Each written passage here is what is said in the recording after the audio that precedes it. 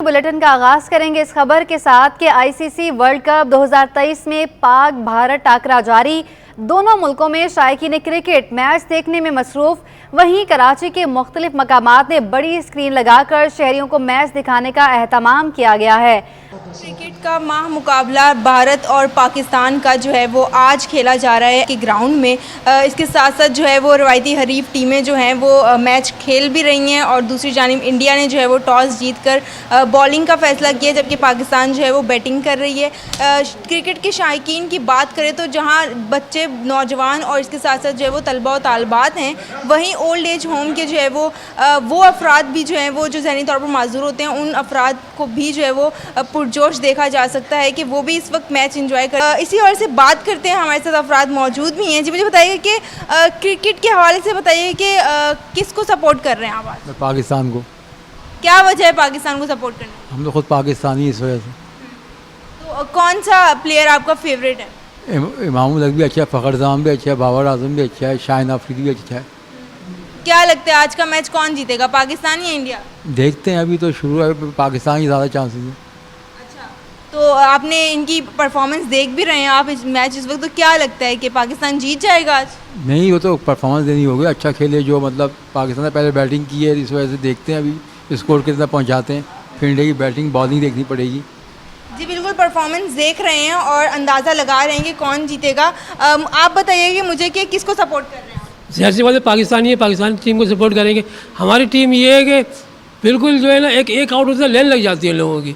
इनको चाहिए जम के खेले और प्रेशर जो है उनके ऊपर गैर से खेला। अभी एक खिलाड़ी आउट हो गया, वो खुश तो है, लेकिन पाकिस्तान के अभी डेप्थ में इतने बैट्समैन हैं कि वो कवर कर सके। वो तो कौन से प्लेयर से उम्मीदें आपकी वाबस्ता हैं? एक तो रिजवान हो गया, दूसरा बाबर आया, देखो अल्लाह अच्छा खेले, तो दुआ हुआ है। वो क्या, जब ये जाते थे दुआ हमारे लिए दुआ करना, तो खेलेगा कौन भाई? सारी दुआ से काम थोड़ी चलता है, एफर्ट करनी पड़ती है। आप इतनी एफर्ट की, आपने यहाँ तक पहुँचे, फिर आपका ये रिलीज़ होगा, फिर जाके आपको इसका फल मिलेगा।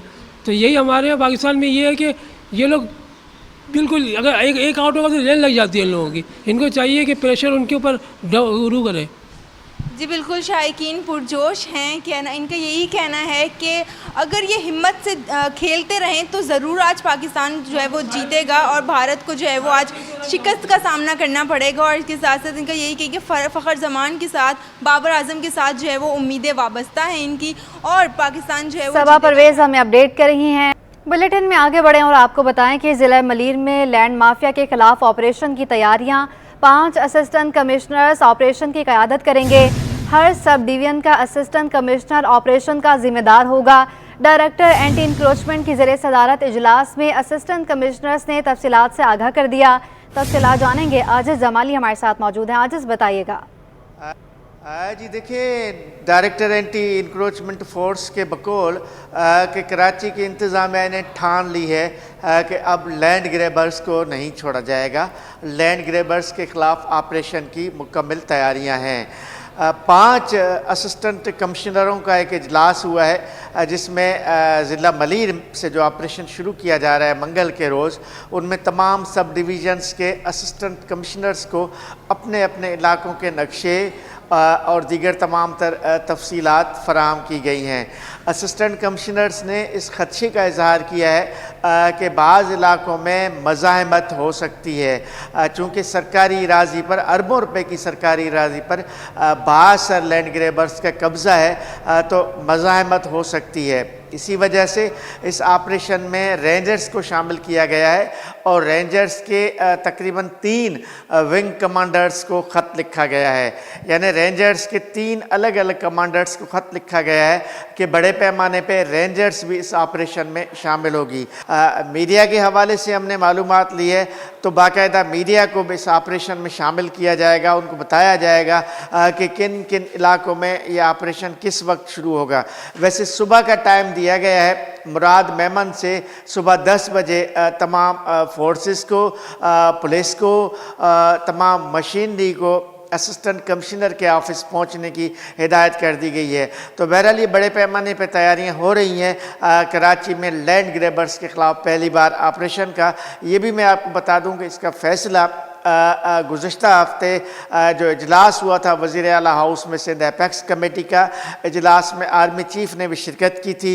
इस इजलास में लैंड ग्रैबर्स के ख़िलाफ़ ऑपरेशन शुरू हुआ था, ऑपरेशन शुरू करने का फ़ैसला हुआ था। ज़राए हमें कह रहे हैं कि इस ऑपरेशन में बड़े बड़े नाम के आने का भी इम्कान मौजूद है। ऐसे बड़े नाम जो बाकायदा साबिका हुकूमत के अहम ओहदों में रहे हैं, जिनकी सियासी वाबस्तगियाँ भी हैं, इन तमाम लोगों के ख़िलाफ़ ऑपरेशन शुरू किया जा रहा है। मंगल के रोज़ असिस्टेंट कमिश्नर मुराद मेमन की जी 7E के टैक्स के खिलाफ आबाद का अदालत जाने का ऐलान। सीनियर नायब चेयरमैन इब्राहिम हबीब का कहना है, हम 7E के मामले पर तमाम स्टेक होल्डर्स और चैम्बर्स के साथ मिलकर कोर्ट जा रहे हैं। तफसीलात बताएंगे हमारे नुमाइंदा अयाज राना।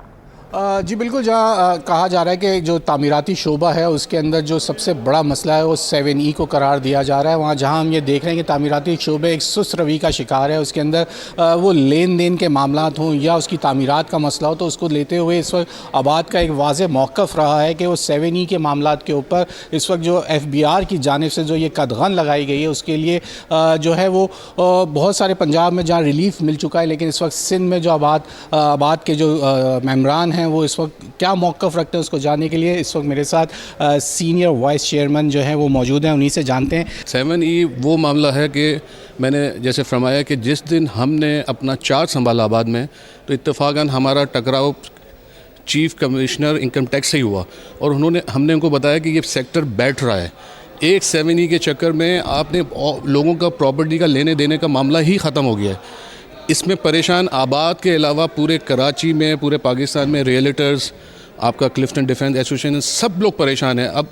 और हमने जिस दिन से अपना क्या कहते हैं ये हमने चार्ज संभाला है, हमारा पहला ही मौक़िफ़ ये है, हमने गवर्नमेंट तक ये बात पहुंचाई भी है काफ़ी पैनल से, काफ़ी चैनल से, और मैं ये कहता हूं कि इसको ख़त्म होना चाहिए। इससे पूरा हमारी कंस्ट्रक्शन इंडस्ट्री बिल्कुल बैठ गई है, रियल सेक्टर बैठ गया है, और इससे और भी टैक्सेस जो गवर्नमेंट को आते थे वो भी रुक गए हैं।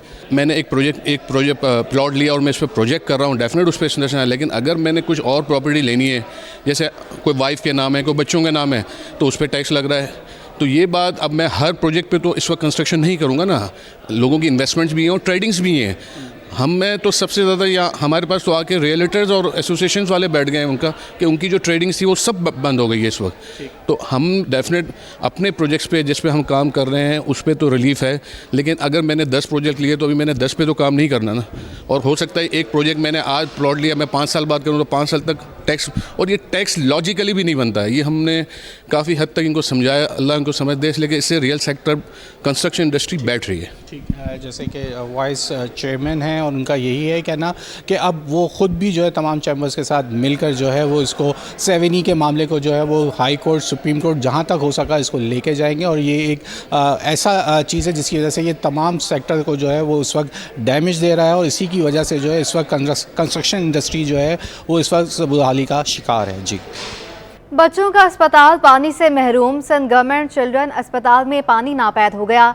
चिल्ड्रन अस्पताल के OPD incharge doctor Khalid Zubairi का कहना है कि वाटर बोर्ड की जानिब से पानी की लाइन डाली गई, मगर पानी कई साल बाद भी नहीं आया। तफसीलात जानेंगे अपने नुमाइंदा इरफान अब्बासी से।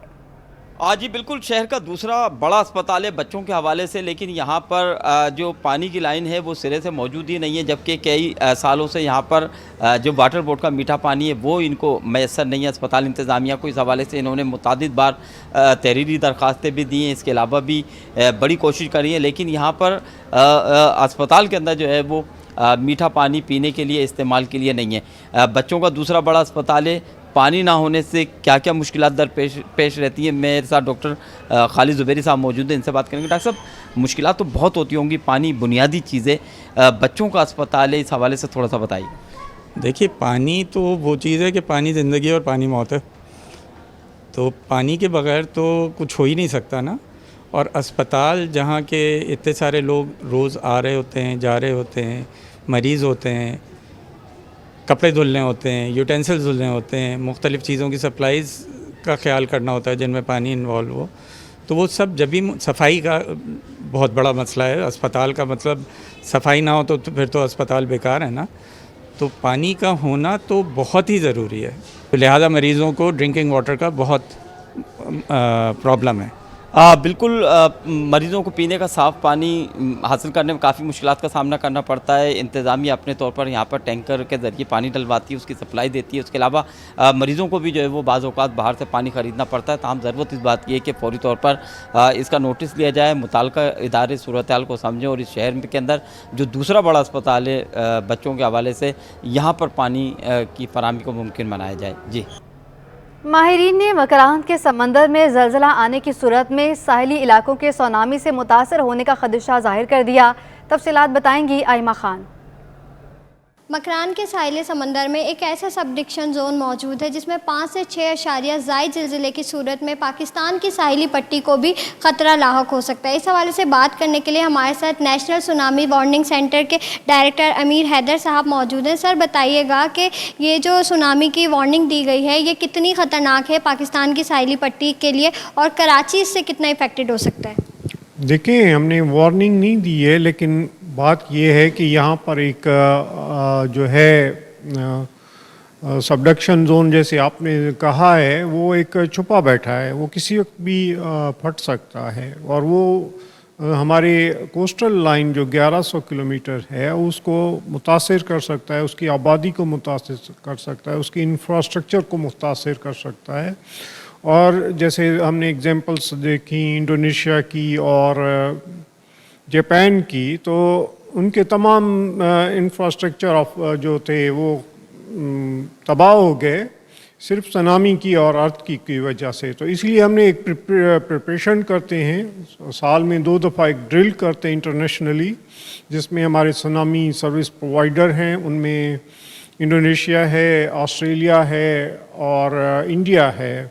और जो हमारे मेंबर कंट्रीज़ हैं उनमें ईरान, ओमान, यमन और यूएई जो कंट्रीज़ हैं वो सब हम मिलकर एक ड्रिल करते हैं जिसका मकसद ये होता है कि कम्युनिटी को अवेयरनेस करें और अपनी प्रिपरेशन करें।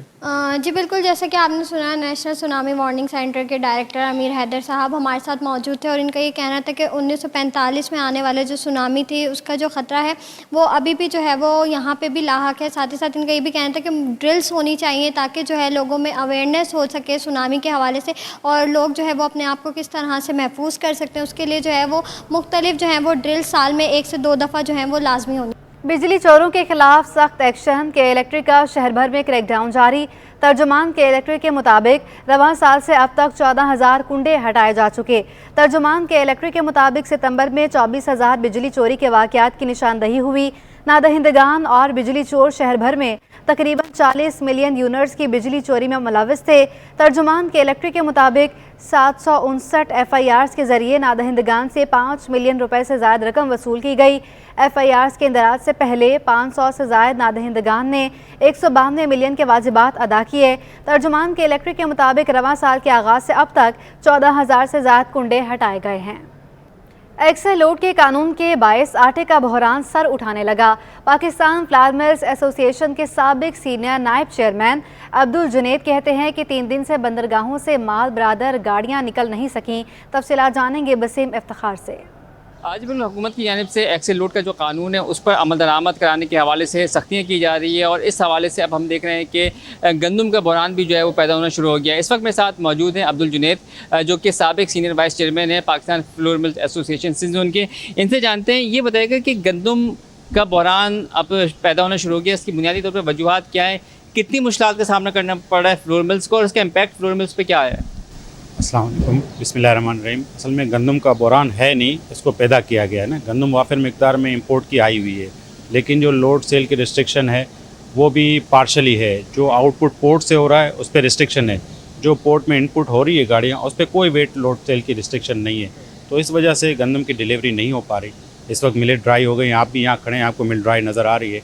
इसी तरह काफ़ी सारी मिलें जो है ना इस वक्त बंद हैं। तो मार्केट में आटे का वैक्यूम होगा, उससे पैनिक होगा।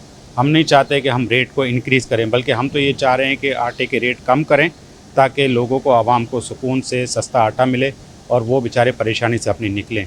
हम तो कोशिश कर रहे हैं कि अभी कोई भी इंक्रीज़ पास ऑन ना करें, मार्केट में कोई पैनिक ना हो। लेकिन देखिए, मार्केट हमारे कंट्रोल में नहीं होती, वो बियॉन्ड हमारे कंट्रोल सिस्टम होते हैं। अब अगर चीज़ मार्केट में नहीं होगी और जिसके पास है फिर उसकी मर्ज़ी, वो किस रेट में भी बेचे। हो सकता है कि 130 रुपये वाला आटा 150 160 में भी मार्केट बेचे, जो इस वक्त 30-35 में बिक रहा है। तो ये पैनिक क्रिएट कराया जा रहा है।